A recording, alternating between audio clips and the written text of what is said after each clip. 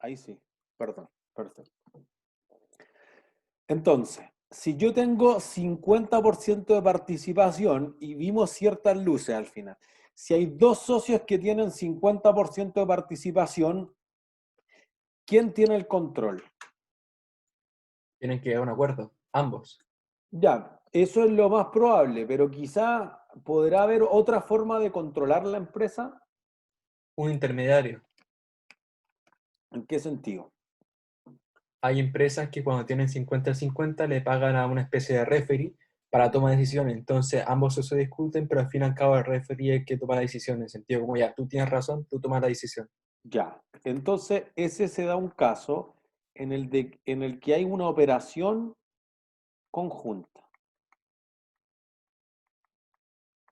O se puede dar el caso en el que hay un negocio conjunto. Y eso va a cambiar. Porque en el fondo, si pasa lo del referee, en verdad nadie tiene el control. El referee tiene el control, pero el referee tiene 0% de la inversión. Podría pasar en otros casos que tú, el que tiene una mayor parte, o tiene las mismas acciones, pero tiene un mayor conocimiento del negocio, entonces ese es el que tiene control. Por ejemplo, Alto Maipo, un proyecto energético que en el fondo tú decías, ya, voy a tomar el agua que va bajando el cajón del Maipo, etcétera, voy a generar una central hidroeléctrica, eso va a generar electricidad. ¿Quién eran los accionistas de este proyecto? Los accionistas eran Antofagasta Minerals y AES Gener. Antofagasta Minerals ponía más del 50%, casi el 60% del capital del patrimonio de la sociedad, digamos, y el 40% lo proveía AES Gener. Antofagasta Minerals lo ponía porque necesitaba la electricidad para su producción. AES Gener era una empresa eléctrica. ¿Quién es el que sabe del negocio, el que conoce el know-how? La empresa La eléctrica. empresa La empresa eléctrica. eléctrica. Entonces, inclusive en ese caso, que hubiera un porcentaje más bien bajo o más bajo que el otro, el que tenía el control era el que sabe del negocio. Entonces, por ejemplo, pasaba lo mismo en Casino Enjoy, por ejemplo. En Casino Enjoy, por toda la vida, la familia Martínez fue la que controlaba desde Viña del Mar, desde que tenían la licencia del casino municipal. Luego de eso, lo que ocurrió fue que fueron haciendo aumentos de capital hasta que un fondo de inversión de Estados Unidos, Advent, tuvo la mayor participación, pero el gerente general, el presidente del directorio y el vicepresidente, todos eran de la familia Martínez. Entonces Advent era más bien lo que se llama en emprendimiento un silent partner, un inversionista que pone la plata y no te molesta, no hace nada, no toma una decisión del negocio. Entonces el control se refiere a poder influir en las grandes decisiones que tiene que tomar la empresa, operacionales, decir en qué, cómo va a funcionar la fábrica. Del tipo financiera, en el fondo, ¿cómo voy a financiar esto? De inversión, ¿dónde van a construir la fábrica? ¿Qué licencia en un casino se van a optar? ¿Cuánto se va a invertir en eso, en el hotel? ¿Sí? O de política de dividendos. Esas son las grandes decisiones que toma y va a tener el control aquel inversionista que pueda influir mayoritariamente en esa clase de decisiones. ¿Entiendes? Ricardo. Profe, entonces, por ejemplo, en el caso que yo tenga el 50% de las acciones, sin embargo, el otro 50% lo tiene 30 un accionista y 20 el otro, ahí yo tendría el control de la empresa, ¿no? Al No, menos que porque los los otros otros dos... se pueden asociar en contra tuyo. Ya. O sea, mira, el caso de las sociedades cascada siempre es muy ilustrativo aquí, porque las sociedades cascada, y lo voy a dibujar en unos minutos para que se vea bien claro, los accionistas no tenían más que el 50% de las acciones, porque en realidad las acciones podrían tener otras características que van a hacer que la empresa en realidad no pueda ser controlable en ese caso. Entonces tú podrías decir, mira, máximo por estatuto. Este es el caso de Sokimich. El accionista que tenga más acciones puede tener solamente el 32%. Entonces, con ese porcentaje nadie va a tener el control nunca. Entonces pueden ser 4 con el 25, 5 con el 20, uno con 32, el otro con 27 y el resto así. No tiene por qué tener el control, porque esa empresa se decidió de esa forma a decir, mira, nosotros vamos a tener como máximo esto para que sean muchos accionistas. O nadie se pelee, o nadie sea capaz de tratar de hacerle trampa al otro. Así era la definición original de Sokimich. Después pudieron haber surgido cosas distintas. ¿Sí? Voy a explicar el caso en detalle. Pero primero entonces voy a decir, mira, si tú logras probar el control por alguna forma que no es el porcentaje de acciones, entonces lo que hay es un negocio conjunto. Uno controla. Si nadie controla, entonces una operación conjunta. Entonces, si hay una operación conjunta, lo que se va a tener es una inversión en asociada. Aquí el que controle en un negocio conjunto, entonces va a tener una inversión en una filial. Entonces fíjense que esto tiene más que ver con el timing que tú vas a invertir. Entonces, acuérdense, primero aquí si uno tiene la duda hay que volver a la esencia y decir, ¿por qué querría comprar acciones de una empresa?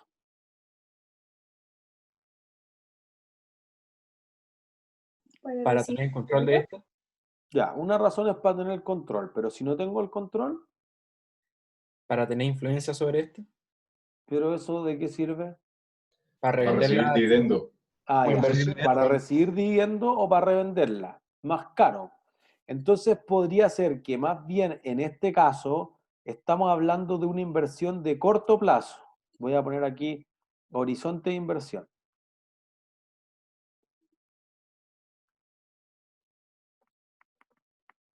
Entonces tú dices, mira, me gané un bono y entonces podría esperar a que las acciones de LAN repunten en un mes más y las vendo por el doble. Podría ser una opción, ¿se entiende?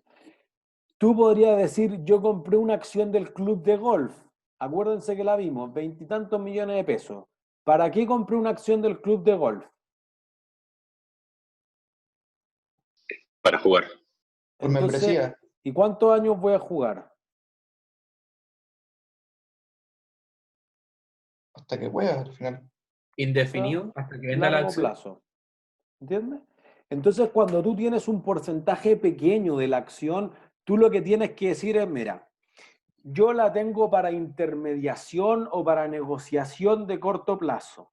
Listo. Ahí va a importar algo.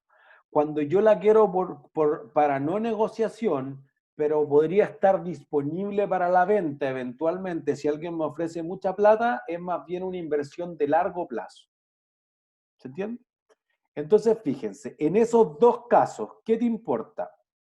¿El costo o el valor razonable? Valor razonable. ¿Por qué?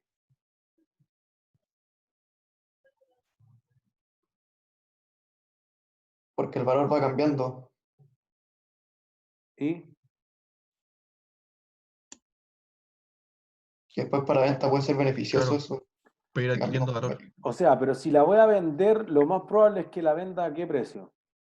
¿Al costo o al valor razonable?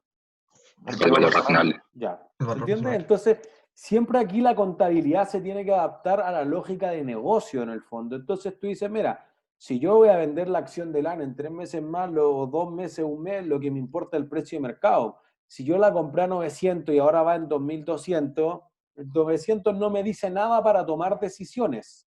Entonces uno va a decir, listo, aquí lo que te importa es el valor razonable. ¿Sí? Para entenderlo genéricamente. Listo. Si va a resultados, si va a ORI, chao. Después nos metemos en la parte más contable. Si tú compraste el 30% de una empresa, ¿es más bien una inversión de corto plazo o de largo plazo? Largo, porque Largo podría comprar plazo. el 20%.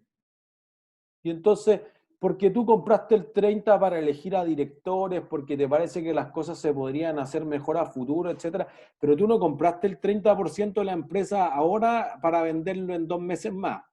¿Se entiende? Porque te va a ser imposible. Si tú tratas de salir a comprar el 30%, esto lleva tiempo. Tiene que hacer lo que se conoce como una OPA, para una empresa abierta, de las que hablamos regularmente, una oferta pública de acciones. Entonces yo digo, mira, quiero comprar todas las acciones que pueda a 500 pesos. Y oferto a todos. Y si me venden 10 o 20 o 30, ahí tú pones tus condiciones. Mira, lo considero exitosa si al menos me venden el 30%. Listo, pues si el precio es bueno te venderán, si no, no te venderán. ¿Se entiende? Ricardo. Y profe, ¿qué pasa si yo me compro el 30% pero con la intención de revendérselo a un socio, o sea, a un accionista, para que así vendérselo súper caro y este tenga como más posibilidad de tener el control de la empresa? ¿Pero por qué no la compró el otro socio? Porque yo tenía antes. De nuevo, porque pues, si tú ya tenías las acciones, no las compraste. O sea, O no las sea, compraste yo ahora. compro las acciones del 30% de diferentes socios Sí. y de esta forma a uno de los accionistas que tenga el 21% le ofrezco un precio casi que de oro ¿Ya? y le vendo las acciones a él para que así él tenga el control de la empresa. ¿Y por quién me las compraría? Porque quiere tener el control de la empresa. ¿Pero por qué no se la compró a los otros accionistas? No sé. O sea, esa situación ha pasado. El caso Chispa a finales de los años 90 va de la mano de eso, que en el fondo tú empezaste a comprar pequeñas acciones. Esto fue cuando Endesa España tomó el control de Enersi. Enersi era una empresa que era controlada por sus gerentes, digamos, y tenían sociedades que se llaman así como Luz 1, Chispas 1, etcétera, por eso se conoce el caso Chispa. Entonces tú fuiste y le compraste a todos los trabajadores de la empresa que llevaban toda la vida ahí, ya, el 10% de las acciones, listo ya. Y después fui y le compré el 15%. Y dijeron, no, es que mira, se las vamos a vender a Endesa España, pero a Endesa España le vendí los primeros 10% de las acciones a 1.000 millones. El segundo 10% de las acciones se lo vendía a 1.500 millones. El tercer 10% de las acciones se la vendía a 2.000 millones. Y así le fui descremando el precio. Como habrán visto en Micro 2, en organización industrial, descremar el precio es ilegal. En los mercados financieros no es distinto. Entonces, ¿qué se hizo? Después se hizo la ley de mercados de capitales 2, a raíz de eso. ¿Sí? La ley de mercado de capitales 2 entonces dijo que hay que hacer, para que no ocurra eso, una oferta pública de acciones. Y una OPA produce que tú digas, yo voy a comprar hasta este límite de acciones, mínimo esto, máximo esto, a este precio. Y todos compiten. Entonces no crea que en el fondo es lo mismo que la ley, no crea esta discriminación entre el accionista que tiene un 0,1% y el accionista que tiene el 30%. Porque soy capaz de pagarle más a uno que al otro, la ley te obliga a no discriminar a tu accionista, en el fondo para proteger al accionista muy pequeño, el minoritario. ¿Se entiende? Entonces, eso crea una diferencia significativa. Y entonces, lo que uno piensa es que si fuera a darse esa situación en la que tú dices, yo voy a tomar el control de la empresa, voy a comprar el 30% de lo otro, tengo que ofrecerle a todos lo mismo. ¿Se entiende? Y ahí se consulta con el regulador, entonces yo voy a la CMF y a cuánto esta situación, ¿hay que ofrecer una OPA o no hay que ofrecer una OPA? ¿Por qué? Y se hacen todas las consultas correspondientes como para, si tú le fallas al accionista minoritario o los directores aprueban eso y le fallan, multa, al tiro. ¿Se entiende? Entonces, en ese sentido, la compañía tiene que cumplir sí o sí con esas regulaciones, no pueden escaparse de esas regulaciones que en el fondo terminan haciendo que la compañía no pueda generar valor para los accionistas mucho más pequeños. Porque si como los discrimino, destruyo valor para ellos. ¿Se entiende? Porque otras veces también existe lo que se llama una OPA hostil.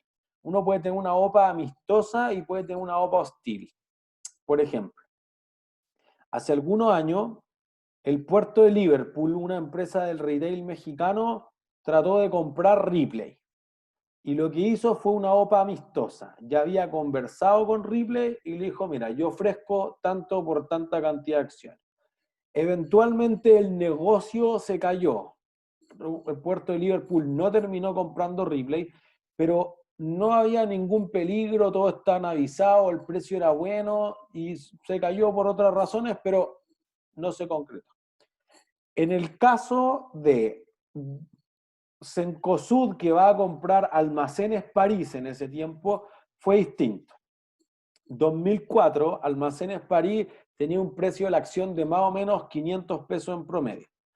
Y entonces la empresa lo que generó fue que dijo, mira, el grupo que controlaba ahí en ese momento quería dejar el control y iba a tomar el control otro grupo económico, consorcio, con un par de inversionistas más, y iban a ofertar por sus acciones. Entonces dijeron, mira, como sus acciones valen 500 en promedio, nosotros vamos a ofrecer 600. ¿Para qué? Para que la compañía o los inversionistas que vendan tengan un premio. ¿Entiendes? Le voy a pagar 100 pesos más, que era un 20%. ¿Listo? Ofertaron eso. Entonces los inversionistas iban a empezar a comprar las acciones y apareció Cencosud y Cencosud dijo, yo ofrezco pagar 700 pesos por cada acción que me venda. Y Cencosud tenía, no sé, el 0,9% de la empresa. Ah, 700 es mejor que 600. Pero fíjense, a ti te estaba comprando Consorcio a 600 y ahora apareces en Cencosud, nada que ver, no comparten ningún accionista y ahora es 700. Ah, ya, entonces, ¿le vendo a Cencosud a 700 o no? Sí. ¿Sí? ¿Qué más podría esperar? Que suba más. ¿Quién va a ofertar más? Consorcio. Consorcio. Porque en el fondo, fíjense que esto es como una subasta. Tú querías tener el control de esa empresa, igual que quedarse con cualquier otra cosa que hayan comprado en una subasta. Entonces, capaz que ofrecerse, y ofreció más plata. Dijo, ya, yo ofrezco 720. Después ofreció 740 a Cencosud. Todo esto en el lapso de un mes. Después ofreció 750 o 60 consorcios, si no me equivoco. Entonces, la ley tiene tipificado que este plazo tiene que durar algo, porque si no puede seguir eternamente. Y las empresas pueden terminarse destruyendo en una oferta de ese tipo. O sea, aquí subía algunos millones de dólares, pero era París. Pero, por ejemplo, Disney, para quedarse con Fox, entró una pelea con Comcast que subió el precio desde 50.000 millones, que era la oferta original, hasta 76.000 millones. Entonces, podría ser una diferencia brutal en la plata que se ofrece. ¿Se entiende? Entonces, en esa línea, quedaban muy pocos días para que se acabara el plazo en el que se reciben ofertas y Cencosud ofreció 960 pesos por acción. Y entonces tú dices, no puedo competir porque contra 750, ya, fíjense que era casi el doble del precio promedio del año anterior. Entonces, en ese caso, inclusive los accionistas que querían comprar más acciones que las que tenían, ¿qué habrán terminado haciendo? Vendiendo. Vendiendo. Eso es lo que se conoce como una OPA, oferta pública de acciones hostil, porque en el fondo yo no quería vender, yo quería comprar, pero claro, como me ofrecieron el doble, mejor os vendo.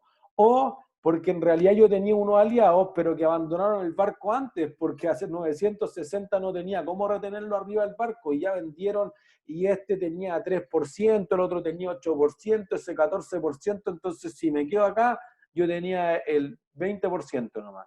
Y aparte, si viene alguien que compró tu empresa, que formaste toda la vida, está difícil que quiera sentarme en el directorio con él. ¿Se entiende? Entonces va a ser físicamente muy molesto. Y esto no pasa solo a nivel de las grandes empresas, pasa también a nivel de las pequeñas empresas. Entonces, si tú ya no le quieres ver la cara, es molesto. O entonces, ¿qué va a terminar haciendo? Vendiendo. Pero no era lo que tú querías hacer originalmente. Por eso se habla de una oferta pública de acciones hostil. Al que no quería vender, le terminó vendiendo porque ofreció un precio groseramente mal. ¿Se entiende? Entonces, por eso que la ley ha tipificado que se haga esa oferta pública de acciones, porque si no podría entrar a esta discriminación de lo que el accionista mayoritario trate de como abusar de los accionistas minoritarios. ¿Se entiende?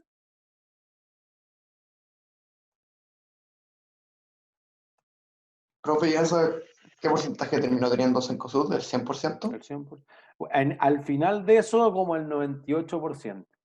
Y después de un tiempo ya pudo comprar todo el resto de las acciones, pero tenía un control así absoluto, ¿no? No era como que quedó con el 51, tenía una cantidad brutal de 90 y tantos %.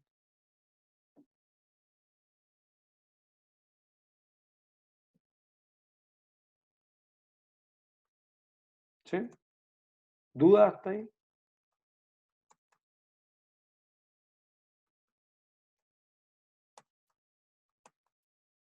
¿No? Ya, entonces, lo que uno va a tener que decir ahí es perfecto, ya. Si yo tengo esta inversión en acciones, podría tener una inversión que es de corto plazo si a ti te sobró plata, te pagaron antes y la quiero invertir de aquí a fin de mes hasta pagar los sueldos. Listo. Si no, lo que tú vas a tener es que tú podrías tener una inversión de largo plazo, pues, y en ese caso puede ser una asociada que va a ser perfectamente cuando la compañía invierta en el fondo una cantidad que te permita mantenerte dentro de la empresa en el largo plazo. ¿Se entiende? O sea, no es que tú hayas invertido todo, el 100%, pero tú dices, oye, yo no compré un cuarto de Falabella para irme mañana. ¿Se entiende? O yo no compré un cuarto de esta empresa, sino que yo quiero aportar con mi conocimiento, etcétera. Entonces tú más bien tienes una perspectiva, un espíritu de largo plazo. ¿Se entiende? Y entonces, obviamente, si tomo el control o el control conjunto, digamos, todo lo que está acá abajo, es una inversión de qué tipo.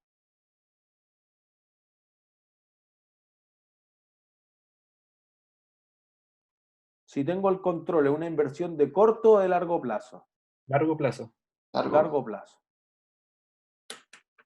¿Se entiende? ¿Todos claros? Sí. ¿Sí? Ya, entonces, ¿cómo es la contabilización de esto? La contabilización, primero, contabilización. Es más o menos simple. Si tú tienes un instrumento, voy a poner acá, uno. Si tú tienes un instrumento financiero, tienes dos opciones. Con efecto en resultado, en el estado de resultado, o con efecto en reserva. ¿Sí? U ORI, lo que estén acostumbrados a llamarle otros resultados integrales, también es. ¿Se entiende? Entonces, ¿cuándo esto? Cuando la tienes para negociación, cuando el fin es de negociación.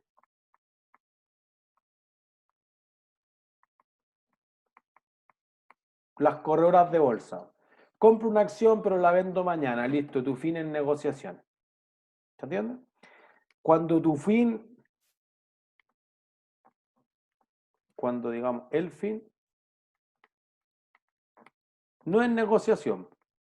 ¿Cuál puede ser cualquier otro? Que entren los hijos al colegio, estacionarse, etcétera, etcétera, etcétera. ¿Sí? Entonces, fíjense que en el fondo, si yo pudiera aproximar este caso, ¿a qué clase de activos se parece? Por un punto premio. ¿Inventario? No. ¿Puede repetir la pregunta, profe? Si yo tengo una acción que voy a tener por corto plazo, voy a clarificar acá que esto es de corto plazo Sí. y esto es de largo plazo. ¿Cuál sería un instrumento financiero que yo lo tengo a valor razonable, obviamente? Voy a poner aquí también Fair Value, que eso fue lo que ustedes ya me dijeron, pero podría ir a Fair Value con efecto en el estado de resultados. ¿Qué activo tengo? PI. PI, listo. Un punto medio. ¿Se acuerdan? La propiedad inversa, bueno, lo están viendo en el trabajo los que no lo han entregado todavía. Si sube el valor del terreno, entonces va a resultado la parte que hayan clasificado como propiedad de inversión. Si baja, pérdida por ajustado a lo razonable. ¿Sí? En cambio, si yo tengo que se mida el valor razonable, pero su efecto tiene más sentido con otros resultados integrales o reserva, se parece más a qué? Por un punto premio. PP. PP, un punto premio. Pero, profe, puede perder valor a corto plazo, eso no me queda claro por qué es PI. Ah, porque las PI también pueden perder valor. ¿Se entiende? Esto en el sentido de que, pongámosle que este es el caso A y este es el caso B. Entonces, el asiento contable en ese sentido sería que tus instrumentos financieros, pongámosle, le voy a poner activos financieros para que quede claro. Los activos financieros aumentan y tú pones ganancia por ajuste a valor razonable. Entonces voy a poner que sube 100 y 100. Pero si baja de valor, puedo hacer lo mismo. Pues este le voy a poner A'. Si baja de valor, entonces le pongo pérdida por ajuste a valor razonable contra activos financieros. Ya, perfecto. ¿Se entiende? Entonces, si sube a resultados, si baja a resultados, igual que una propiedad de inversión. En el fondo no es nada muy sofisticado, porque en el fondo tú dices, mira, yo voy a venderlo mañana, pues entonces si lo vendo mañana, mejor hago la utilidad al tiro, o si es una inversión de muy corto plazo. Por eso piensen que aquí el espíritu dice, ¿cuándo la voy a vender? Cuando la acción de LAN suba a 3.000. ¿Ya? ¿Cuándo va a pasar eso? En largo plazo. Bueno, entonces ahí la tendría que clasificar distinto. No, pues el día que me oferten algo bueno, yo salgo. Ah, ya, listo. Entonces, eso podría pasar un día después, 2 días después, etcétera. Que lo que pasa es que tú dices, pero mira, pasaron 5 años y nunca pasó eso. Sí, pero la intención era de corto plazo. O sea, yo la tengo con el fin de negociar con ella, no otra razón. Profe, ¿podría repetir lo que recién explicó, que se me quedó cortado? Perdón. Que tu intención cuando es negociación es venderla en el corto plazo. Es como un inventario. Tú dices, claro, yo podría tener unos yogur que se quedaron 6 meses en el supermercado y se vencieron prácticamente.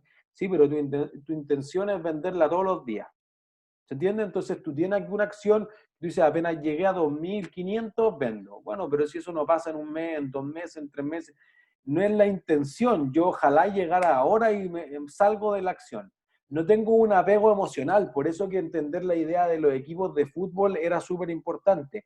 Cuando yo tengo otra razón que no es financiera, me amarro a la inversión y podría ser sumamente irracional. Pues.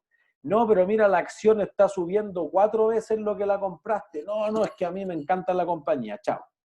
Bueno, ese tipo de razones no son financieras, pues no responden a lo que nosotros estamos tratando de hacer. ¿Se entiende? Es un área súper interesante, behavioral finance, las finanzas emocionales, pero en nuestro sentido es una estupidez, para entender la parte básica. Después habrá otras cosas más complejas. ¿Se entiende? Entonces, pero la parte básica es que si a ti te ofrecen el cuádruple del precio, chao. O si te pagan los dividendos que tú esperabas, te sales de la acción. En el fondo yo quiero pasar por caja y chao, porque me parece que la empresa va a pagar súper buenos dividendos. Esas eran nuestras razones de corto plazo. De largo plazo dijimos, quiero tomar el control, quiero cambiar las fábricas, quiero que la empresa se financie de otra forma, quiero cambiar el segmento de negocio, me caen mal los gerentes de ahora y quiero que se vayan todos. Sucesivamente. ¿Entiendes? Alguien había levantado la mano. Sí, Ricardo. yo, profe. Ricardo. Lo que pasa es que en el primero, con efecto de, con el fin de negociar, en el cual yo compro una acción y la vendo como pasado mañana o en un corto plazo, Ajá. no entendí por qué no podría ser inventario.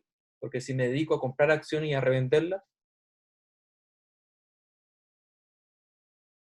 ¿Eso vos se cortó tu audio antes? ¿se escucha? Ahora sí. Ya, que la primera, cuando uno tiene la intención de negociar, entendí el tema de la propiedad de inversión, sin embargo no entendí por qué no podría ser inventario, porque si yo me dedico a comprar acciones y revenderlas, no podría ser categorizado así. No, porque es un activo financiero. Ya, O sea, tus inventarios podrían ser cualquier cosa excepto un activo financiero. Los activos financieros son más líquidos que los inventarios todavía. Entonces, no podría ser, no podría ser de ese tipo. O sea, podría ser activos intangibles, podrían ser productos, podrían ser repuestos, podrían ser otras cosas tu inventario, pero acciones no podrían ser. Principalmente porque las acciones tienen un costo de enajenación, o sea, lo que le paga un corredor de bolsa es mucho más barato que lo que a ti te cuesta vender un inventario. O sea, si tú eres Nestlé, necesitas un camión, llevarlo al supermercado, poner un reponedor, un Key Account Manager, un Category Manager, te cuesta mucho más vender tus inventarios que lo que te cuesta vender las acciones. Entonces, las acciones prácticamente te va a quedar con todo el precio de mercado. O sea, si tú vas y vendes, ya listo, ahí está, me pagaron 5.000 pesos por la acción de Falabella, ya está. ¿Se entiende? Entonces, por eso que los activos financieros son más líquidos que los inventarios. Cuando uno hace el balance, tiene lo efectivo y lo equivalente de efectivo. Los activos financieros y después tengo los inventarios. Harto después, o sea, tengo las cuentas por cobrar y después tengo los inventarios. ¿Se entiende? Sí, profe, ahí sí. Entonces, miren, esto que puede pasar también es cuando uno piense que la compañía tú puedas tomar el control por otra razón. Miren, por ejemplo, lo que le pasó a la Clínica Las Condes. Les voy a mostrar la noticia. La Clínica Las Condes, imagínense, ¿quiénes serán la mayor parte de los accionistas de una clínica? Normalmente. Los Los doctores. doctores. Los doctores, por los médicos. Pero los médicos, ¿qué saben de administración de empresas? Nada. Nada. Por eso que normalmente, no sé, las ISAPRES controladas por médicos, cerca de la quiebra. Las clínicas administradas por médicos, bastante mal. ¿Entiendes? Entonces, como que zapatero a tus zapatos, tú eres bueno operando, dedícate a operar, no trates de administrar, contrata un administrador profesional para eso. Entonces, ¿qué pasó en la Clínica Las Condes? La actual controladora, Cecilia Carlesi, hizo lo que nosotros decíamos. Mira, si es que no me gusta cómo lo está llevando el presidente del directorio actual, yo tengo una participación importante, pero no todas las acciones, y en verdad está medio asociado con los médicos, que era lo que decía sobre Andrés Navarro anteriormente, y entonces hay que cambiarlos todos. Y entonces le ofrezco comprarle todas las acciones a tal precio. Y ahí empezó una oferta pública de acciones. Dijo, todo lo que puedan tener de las acciones, ¿qué pasó? De tener el 27%, fíjense, a tener el 50,0052, ya, nadie puede tener más que yo.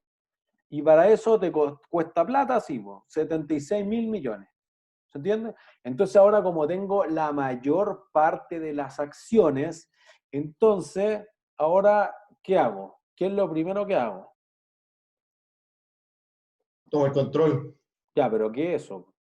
¿Cómo tomo el control? ¿Cómo reestructuro? Echando gente. No sé. Bueno, Poniendo a la puede gente ser. que te gusta al final. Eso, directores, chao. Tú me caes mal, tú no me gustas, tú eres malo, chao. Se acabó. Y después coloco a los que quieras, si en el fondo es tu empresa. Obviamente hay casi otro 50% que también va a poder elegir a directores. Los representantes de la AFP, por ejemplo.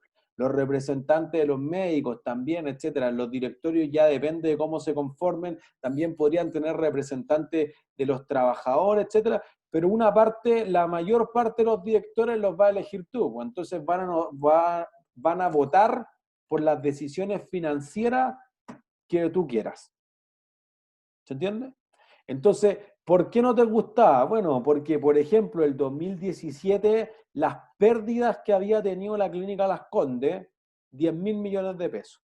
Porque habían desaparecido 3.000 millones en inventario, porque había un pasivo por 7.000 millones que no habían considerado, porque le habían cobrado más a las interconsultas que había generado el auge. Entonces no se podía atender un hospital público, lo enviaron a la Clínica Las Condes y la Clínica Las Condes le cobró la tarifa que cobra la Clínica Las Condes. Pero así no funciona el sistema. FONASA paga de acuerdo a un código que dice, ya lo atendieron por un resfrío y yo pago 20. Si lo operaron del estómago, entonces yo pago 2 millones y listo. Si la Clínica Las Condes cobra por eso 100.000 y 8 millones, es otra cosa. Entonces dijeron, chuta, entonces le vamos a tener que devolver plata a la empresa. Entonces tu cuenta por cobrar no era tal, le vamos a tener que devolver tanta plata a FONASA. Y entre esas tres cosas que estaban mal contabilizadas, 10.000 millones para atrás. Eso fue la pérdida. Entonces uno dice, mira, no es que eso sea poco, porque la Clínica Las Condes en un año normal gana 1.000 millones, 1.200 millones. Perder 10.000 es como destruir 5 o 6 años de las ganancias de la Clínica Las Condes. Entonces, obviamente, si tú tienes un cuarto de eso, el 27%, y se lo están haciendo mal, bueno, la forma de poder echarlo es tomar el control. Es que la contraparte tiene el 30%, bueno, tengo que salir a buscar a todos los chicos que tengan 0,5, los doctores 1%, hasta que pueda aglomerar 50%. ¿Se entiende? Y ahora empiezo a hacer los cambios. Pero tú dices, ya, voy a echarlo a todos, pero ¿cuánto tiempo tengo que esperar para reestructurar la Clínica Las Condes? Harto. Harto. Años. ¿Se entiende? Entonces eso es lo que uno dice. Por eso que contablemente eso es una inversión de largo plazo y es distinta al resto de tus inversiones. ¿Se entiende? Entonces en tu activo no corriente tú tienes todo lo que hemos visto en este curso, PPE, PI, activos por derecho de uso, otro intangible, plusvalía, que vamos a ahondar mucho más eso en la próxima clase. Y además inversiones en otras sociedades. Y en inversión en otras sociedades, una podría ser, si tú tienes influencia significativa, inversión en asociadas. La otra podría ser una inversión en filiales y la vamos a medir de otra forma distinta. ¿Se entiende? ¿Es claro hasta ahí? Sí, profe. ¿Sí? Ya. Entonces, miren, debiesen ser capaces de responder esto. Encuesta.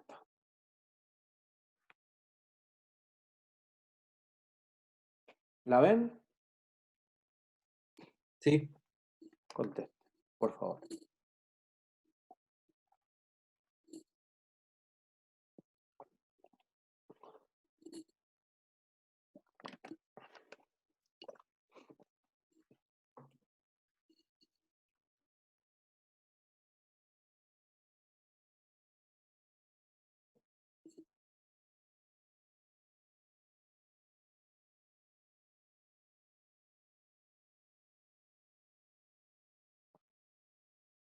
Ahí va mejorando.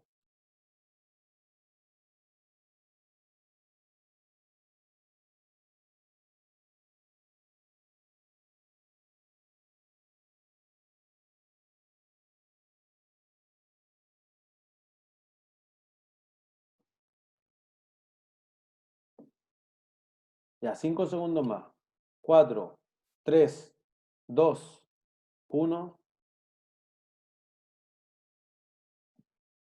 Ya, fíjense.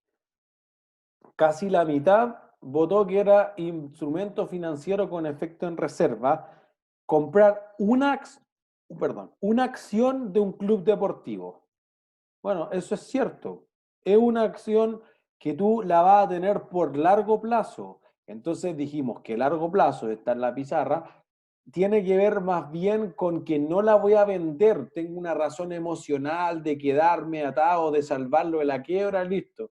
Entonces tiene que ver con su efecto. No es que yo gane o pierda plata, por eso no pasa por el estado de resultados, sino que pasa directamente al patrimonio por la reserva. Si tú tuvieras muchas acciones, más del 30 o más del 20% de las acciones del equipo, entonces sería una asociada. Si tú tuvieses más acciones, más del 50% de las acciones, sería una inversión en filiales. Si tú la compraras para venderla en el muy corto plazo, entonces sería con efecto en resultado. Pero eso tiene poco sentido lógico, económico, respecto a un club deportivo. ¿Entiendes? Por todas las razones que escribimos en la clase anterior. No sé si hasta ahí es claro para todos. ¿Sí? Todo claro. Listo. Entonces, si el caso A es fácil, sube o baja. Y en el fondo, miren, el B no es mucho más complejo. Aquí no tiene ni una ciencia. Si fuese B, entonces voy a poner aquí B, acá diría reserva por revaluación. Y aquí iría reserva por revaluación. Entonces, quizás la única diferencia con una propiedad, planta y equipo es que ¿cuánto es lo mínimo que podía hacer tu reserva en una propiedad planta de equipo?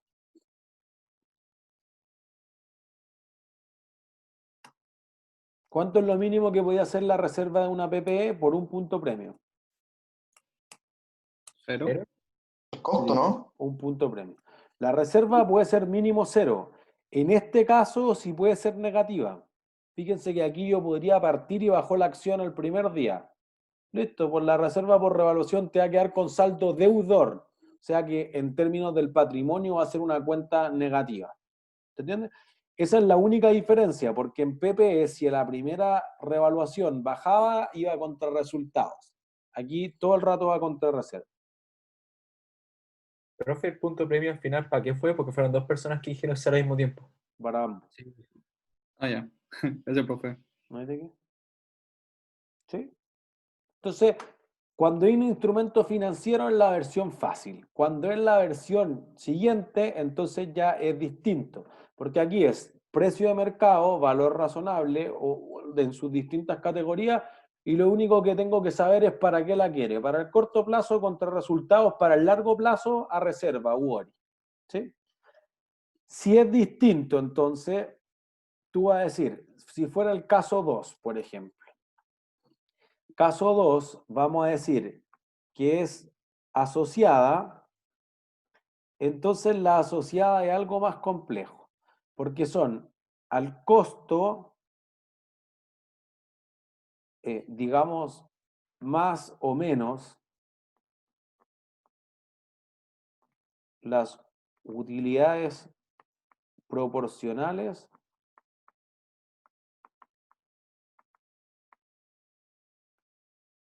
menos los dividendos proporcionales. Entonces, si tú compraste el 50% de las acciones de la Clínica Las Condes, ¿qué cosa no te importa?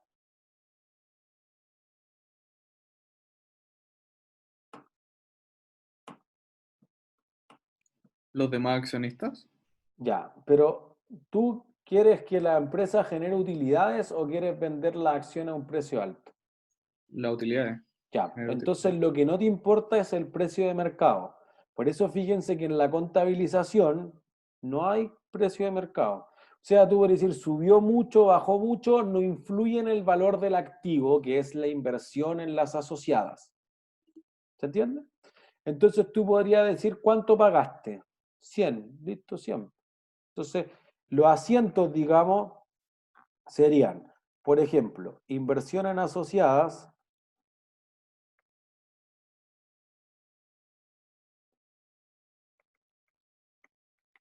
por, no sé, 5.000 y sale efectivo por 5.000. Después, por ejemplo, este es compra, ¿ya? Después, si tiene utilidades, tú vas a registrar que si las utilidades son positivas, tengo la inversión en las asociadas.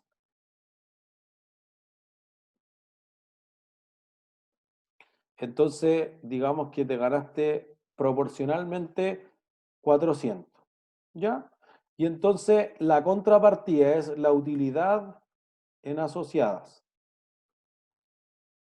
Y el miércoles vamos a mirar más estados financieros y vamos a decir que en los estados financieros realmente tiene un nombre mucho más largo. Dice, utilidad por inversiones contabilizadas utilizando el método de la participación. Ya, esto de aquí lo van a leer en el capítulo, se llama el método de la participación. Entonces tú dijiste, la empresa ganó 1.000, pero yo tengo el 40% de las acciones, me corresponde proporcionalmente 400. ¿Se entiende? Entonces, fíjense, si yo tengo una empresa que contabilizo mediante el método de la... primero partamos con un instrumento financiero mejor. Si yo compré 3 acciones y esas acciones me pagan dividendos, ¿dónde meto los dividendos? ¿Qué aumenta? Claro, resultado. Ya. Entonces, cargo la caja y tengo el ingreso por dividendos. Si yo tengo una asociada que me paga dividendos, no tengo utilidades. Fíjense, voy a hacer lo contrario. Por utilidades que aumenten la utilidad retenida, los dividendos hacen disminuir la utilidad retenida. Entonces, si a ti te pagan dividendos, ¿qué le entra a la empresa? Caja. Efectivo. Digamos que pagó la mitad en dividendos, 200. ¿Contra qué?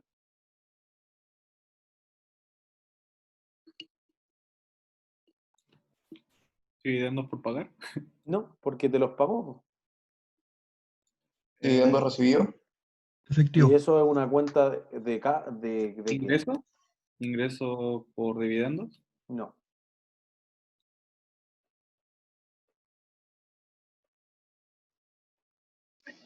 Contra el mismo activo de la inversión asociada.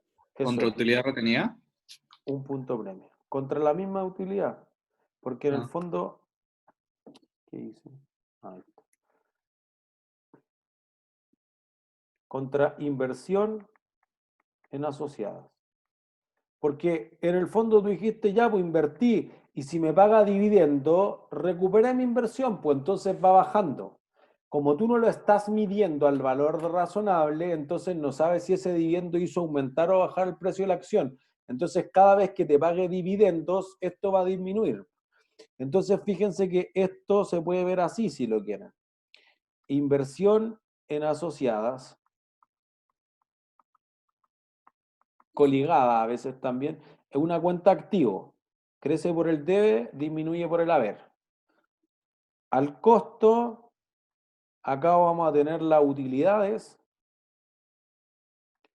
y al haber vamos a tener los dividendos. Y eso debería quedar siempre con un saldo deudor, pues es una empresa o una cuenta que tiene naturaleza deudora. ¿Se entiende?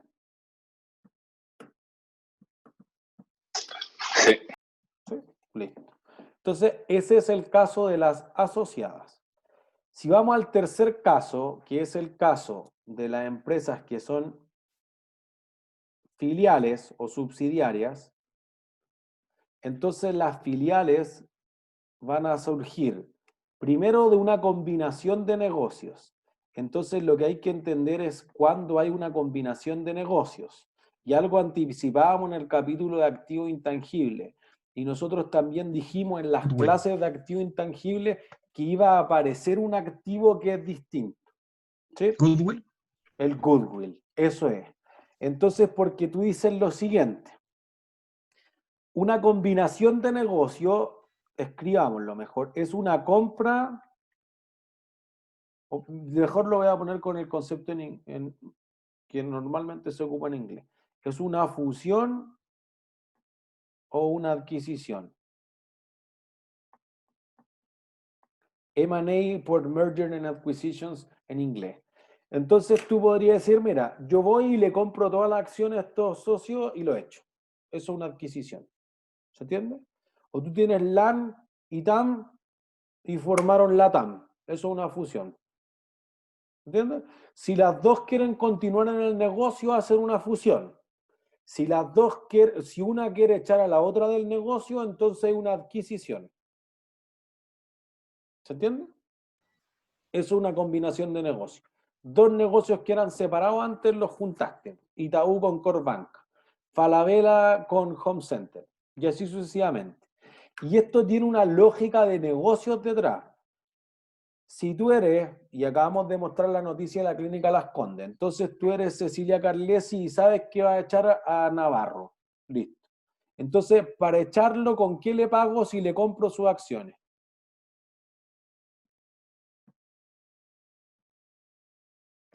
¿Cómo, profesor?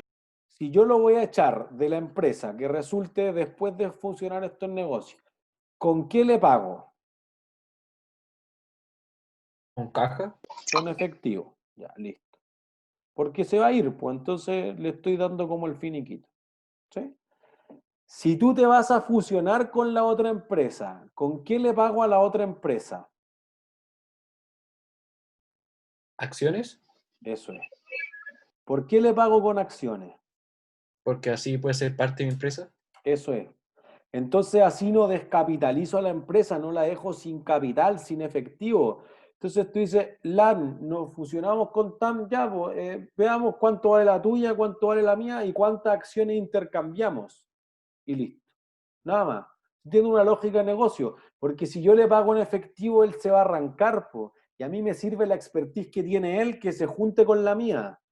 ¿Se entiende? Entonces tú dices, ah, ya, si no quiero que se vayan, entonces hagamos fusión de los negocios. Entonces tú eres Fox con Disney, ¿me conviene que se vayan los ejecutivos de Fox?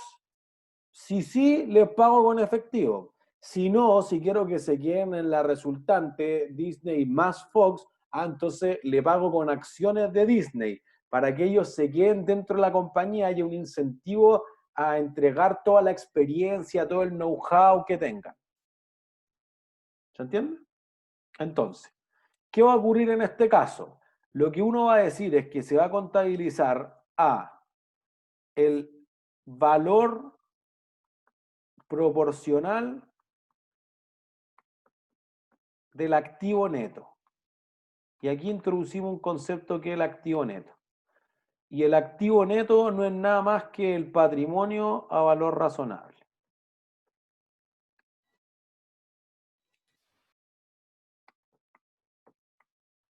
¿Sí? Entonces aquí pongámosle un caso simple. Digamos que tú tienes esta empresa. Este es tu estado de situación financiera. Ya. Tengo una empresa cuyos activos son de, contablemente, 1000, que tiene pasivos de 600. Entonces, ¿cuánto vale el patrimonio? 400. 400. Listo. Ya. Entonces, digamos algo simple. Digamos que compro el 80%. ¿Cuánto debería estar dispuesto a pagar? 800. No. Porque yo estoy invirtiendo en qué cosa de la otra empresa. En el patrimonio, ¿no? Eso. Las acciones, acuérdense que son el patrimonio. Entonces, ¿cuánto debería estar dispuesto a pagar? 320. Ya. Pero si la empresa es de usted y yo le ofrezco 320, ¿cuánto vale, cuánto ganan ustedes? 400. No. Pierdo. ¿Cuánto pierden? 80. No, porque ustedes se quedan con el 20% de las acciones, que valen 80.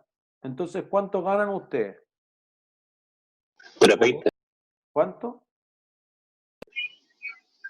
320. No, pues porque ¿cuánto vale lo que te compro? La diferencia, ¿no? No. Mire, primero, ¿cuánto es el valor razonable de ese 80% de los 400?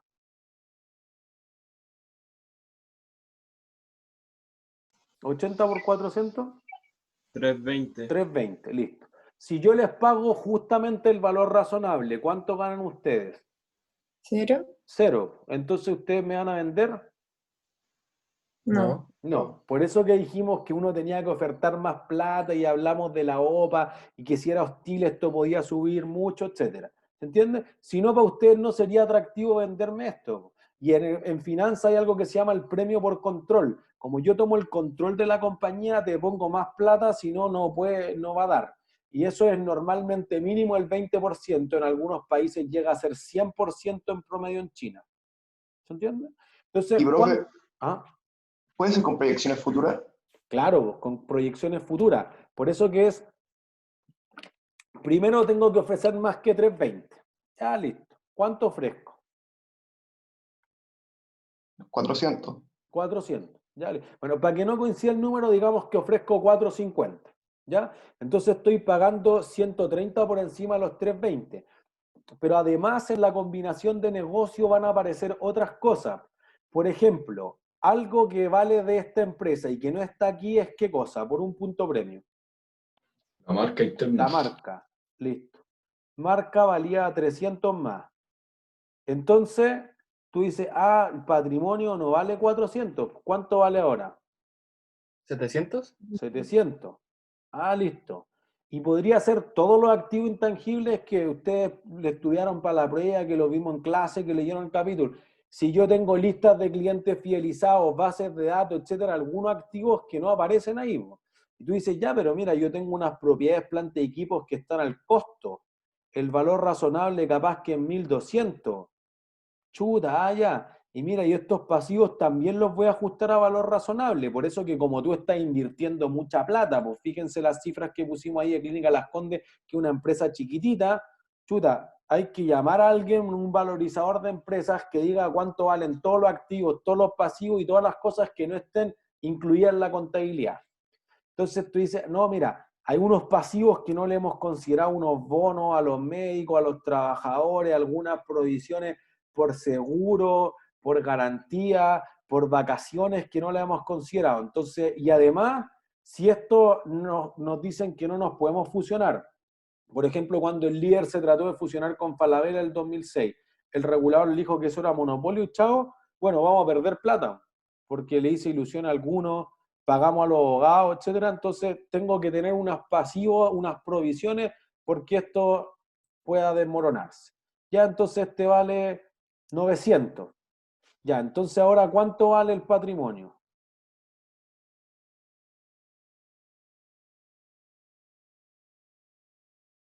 ¿Cuánto vale el patrimonio? Por un 300. punto menos. ¿Cuánto? 300. 300. No. 600. 600. ¿Por qué, Martín? Porque tiene que ser igual a los activos que serían 1500. Eso es. Tengo 1.200, apareció la marca de 300 y tengo un pasivo por 900. Listo, entonces ahora vale 600.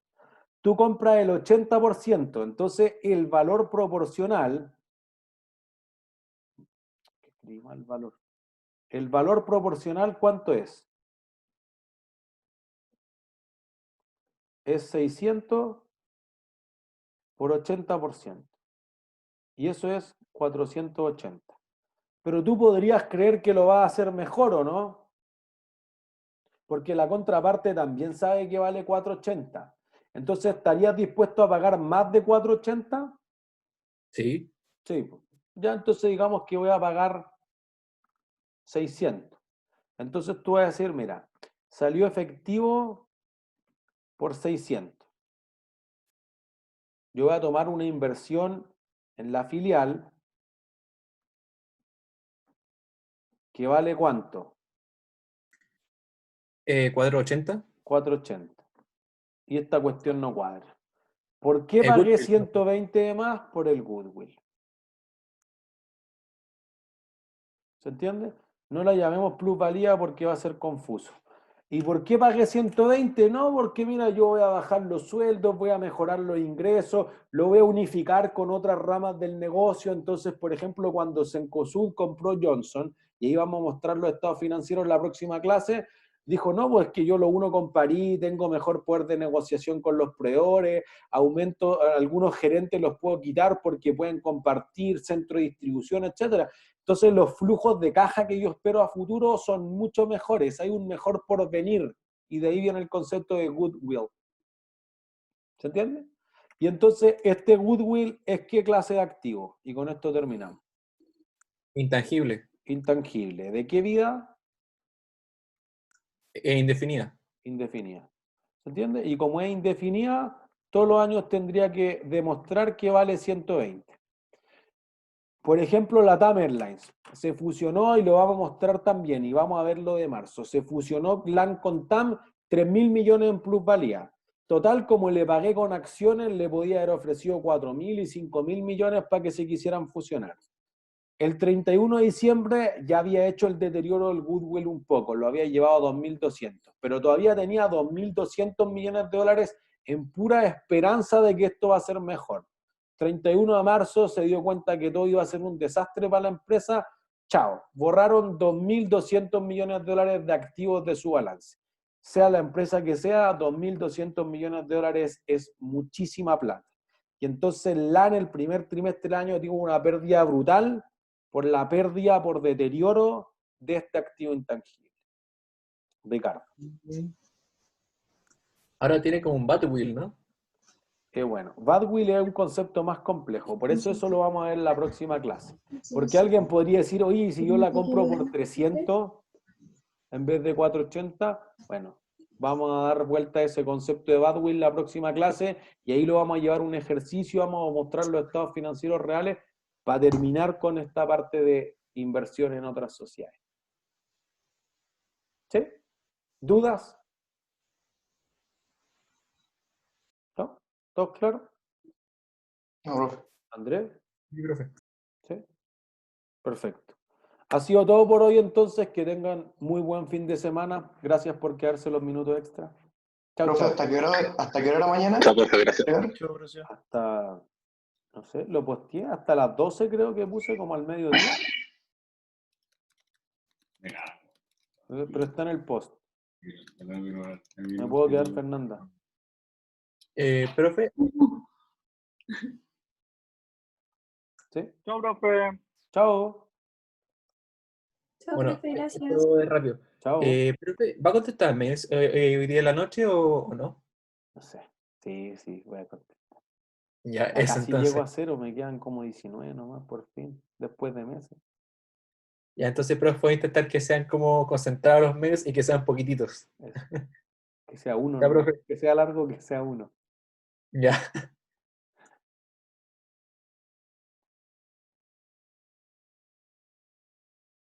Chao, profe, gracias. Chao, que estén bien.